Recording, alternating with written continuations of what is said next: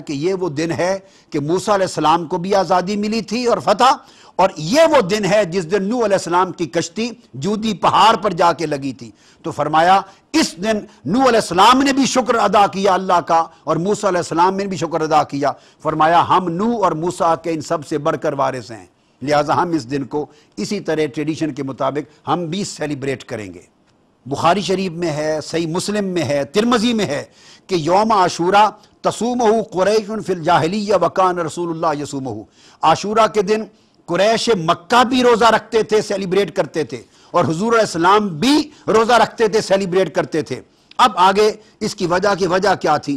اسے صحیح بخاری کتاب الحج میں روایت کیا امام بخاری نے، اور اس کی وجہ یہ تھی کہ یہ دن یوم غلاف کعبہ تھا۔ سو قریش کی ٹریڈیشن تھی کہ ہر سال ہجرت سے پہلے، اب وہ واقعہ ختم ہو گیا، ہر سال جب وہ دن آتا یوم عاشورہ، اس کا ریلیونس قریش مکہ کے ہاں دور جاہلیت کی تاریخ میں یہ تھا کہ اس دن غلاف کعبہ چڑھایا گیا تھا۔ تو جس دن کعبے پر غلاف چڑھا تھا اس دن کی تعظیم میں قریش مکہ سیلیبریٹ کرتے تھے اور روزہ رکھتے تھے، اور حضور علیہ السلام خود اس سیلیبریشن کو مانتے اور ہجرت مدینہ سے پہلے بھی روزہ رکھا کرتے تھے۔ یہ بخاری شریف ہے میرے ہاتھ میں، اور اس میں جو حدیث کوٹ کر رہا ہوں وہ حضرت عائشہ صدیقہ رضی اللہ تعالیٰ عنہ حدیث کی راوی ہیں۔ آپ روایت کرتی ہیں ان عائشہ رضی اللہ عنہ قالت کانوا یصومون عاشورا قبل ان یفرض رمضان وکان یوما تستر فیہ الکعبہ۔ اور اس دن عاشورہ کے دن قریش اور جاہلیت کے دور میں لوگ روزہ رکھتے رمضان کا روزہ فرض ہونے سے پہلے، اور وجہ یہ تھی کہ یہ دن وہ تھا جس دن کعبے کا غلاف چڑھایا گیا تھا۔ گویا حضور علیہ السلام کی ایک سنت یہ ہوئی کہ یوم غلاف کعبہ کو سیلیبریٹ کرتے تھے۔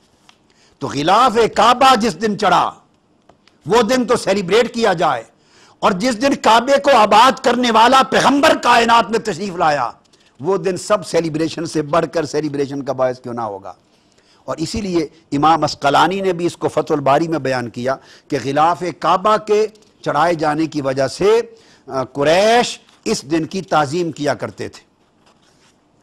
اب اس کے ساتھ کثرت کے ساتھ اس کو محدثین نے روایت کیا، اور پھر اسی بنیاد پر آگے ایک بڑی لطیف حدیث عرض کر رہا ہوں، اور وہ صحیح بخاری میں بھی ہے۔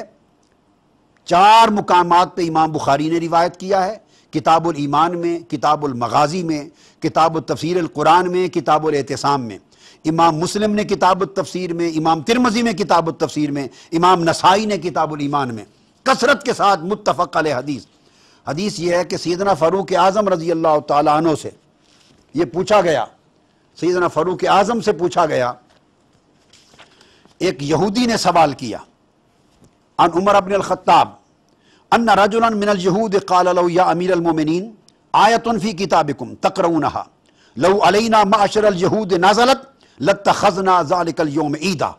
اے فاروق اعظم رضی اللہ تعالیٰ عنہ امیر المومنین، تمہارے قرآن میں ایک آیت ایسی ہے، اگر وہ آیت ہمارے اوپر نازل ہوتی یعنی یہود پر نازل ہوتی تو فرمایا خدا کی قسم ہم اس دن کو عید کے طور پہ مناتے، اتنی خوشی مناتے۔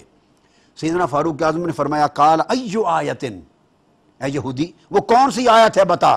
اس نے کہا الیوم اکملت لکم دینکم واتممت علیکم نعمتی ورضیت لکم الاسلام دینہ، یعنی یوم تکمیل دین، جس دن تکمیل دین کا اعلان ہوا کہ آج میں نے تمہارے لیے تمہارا دین مکمل کر دیا۔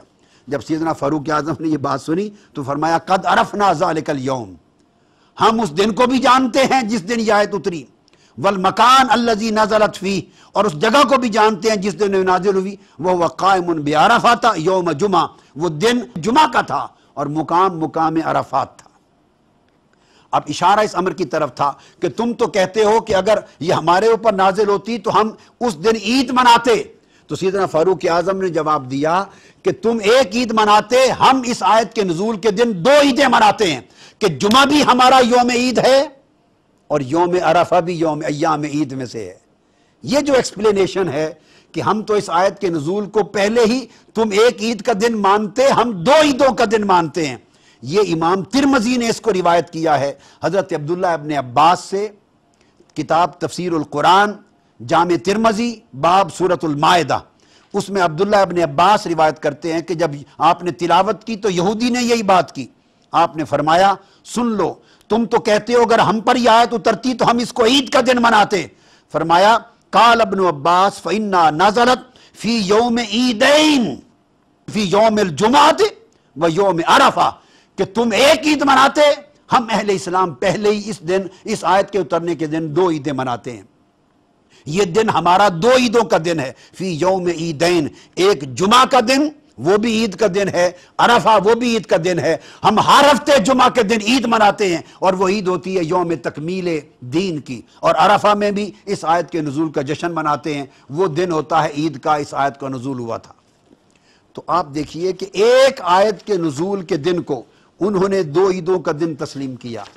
ان تمام احادیث سے جو بات واضح ہوئی وہ یہ کہ کوئی ایک دن جس میں خاص نعمت وارد ہوئی ہو, خاص تاریخی واقعہ, قوم پر اللہ کا احسان ہوا ہو, اسے اس وقت کی ٹریڈیشن, کلچر اور مذہبی روایات کے مطابق سیلیبریٹ کرنا. 2 چیزیں میں نے ثابت کر دی, ایک روزہ رکھ کے سیلیبریٹ کرنا بھی آ گیا, اور ایک اس دن کو کہا کہ ہم یوم عید مناتے ہیں تکمیل دین کی آیت کے نزول کے دن کو. تو جمعہ کا دن, اس دن روزہ نہیں رکھا جاتا, اجتماع ہوتا ہے, اور جمعہ کے دن کثرت کے ساتھ اجتماع ہوتا ہے, اور وہ یوم عید کے طور پہ منایا جاتا ہے. اب اس جمعہ کے دن کو حضور علیہ السلام نے ایک اور ریفرنس سے بھی بیان کیا, حدیث میں آتا ہے, فرمایا جمعہ کے دن اکثروا علی الصلاۃ, لوگو جمعہ کے دن کثرت کے ساتھ مجھ پر سلام پڑھا کرو, کثرت کے ساتھ مجھ پر درود پڑھا کرو. فَإِنَّ الْجُمَعَةَ مِنْ أَفْضَلِ أَيَّامِكُمْ, جمعہ تمہارے دنوں میں سے بہترین, اعلیٰ اور افضل دن ہے. پوچھا یا رسول اللہ کیوں, جمعہ اتنا بلند مقام کیوں ہے, اور اس دن کثرت سے آپ پہ درود و سلام کیوں پڑھیں؟ آقا علیہ السلام نے فرمایا فیہ خلق آدم, یہ آدم کی ولادت کا دن ہے.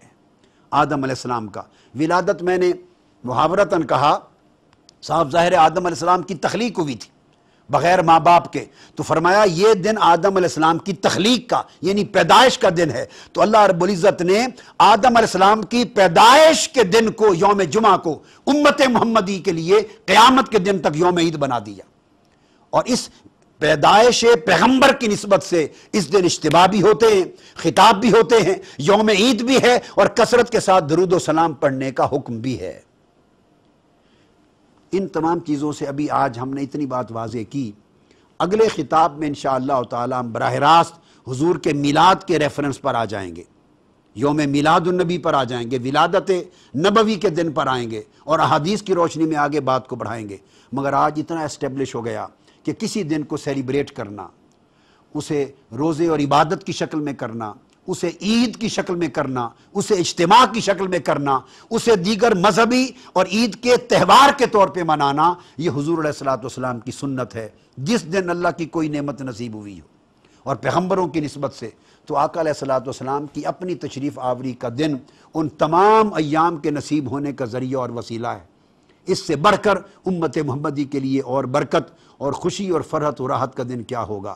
لہٰذا جب آقا علیہ السلام نوح کا حضرت آدم علیہ السلام کا دن منا رہے ہیں, حضرت نوح علیہ السلام کا دن منا رہے ہیں, حضرت موسیٰ کا دن منا رہے ہیں, غلاف کعبہ کا دن منا رہے ہیں, حضور نے خود اپنی حیات طیبہ میں اتنے دن منا کر امت کے لیے درس نہیں دے دیا, سنت نہیں دے دی, تو اور کیا دے دیا ہے کہ میں پہلے انبیاء کے دن مناتا رہا ہوں. اے میری امت کے لوگوں, قیامت تک تم میری ولادت کا دن مناتے رہنا, یہ میری سنت ہے.